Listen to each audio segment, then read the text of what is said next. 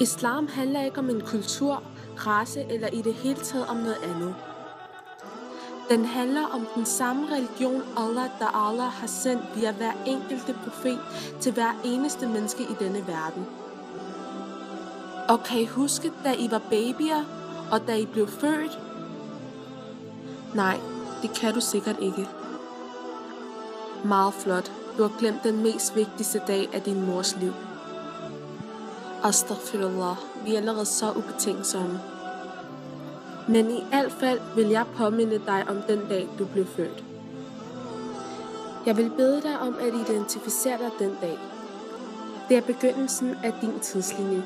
Det er der, hvor alting blev skabt. Du blev skabt, og hver eneste sjæl blev skabt. Alle sammen var der, og vi alle stod ved siden af hinanden. Og enhver af os stod foran Allah. Og Allah gav os de gode nyheder. Allah spurgte os nemlig om, er jeg din Gud? Og i en strofe i Koranen beskriver vores Allah hver eneste ting så smukt, skønt og så dejligt.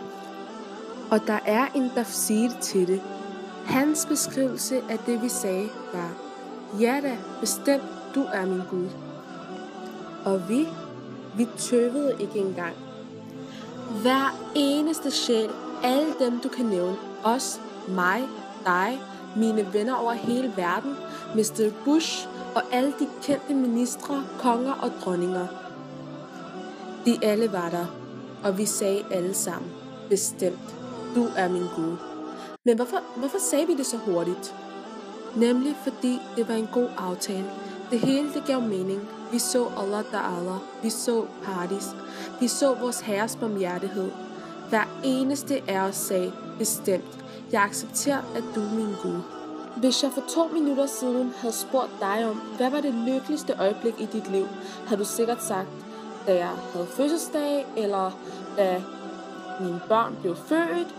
Men har I allerede glemt, da I stod alle sammen foran Allah? Astaghfirullah. Calling you. Allah is calling you to say His name. Allah is calling you to come home again.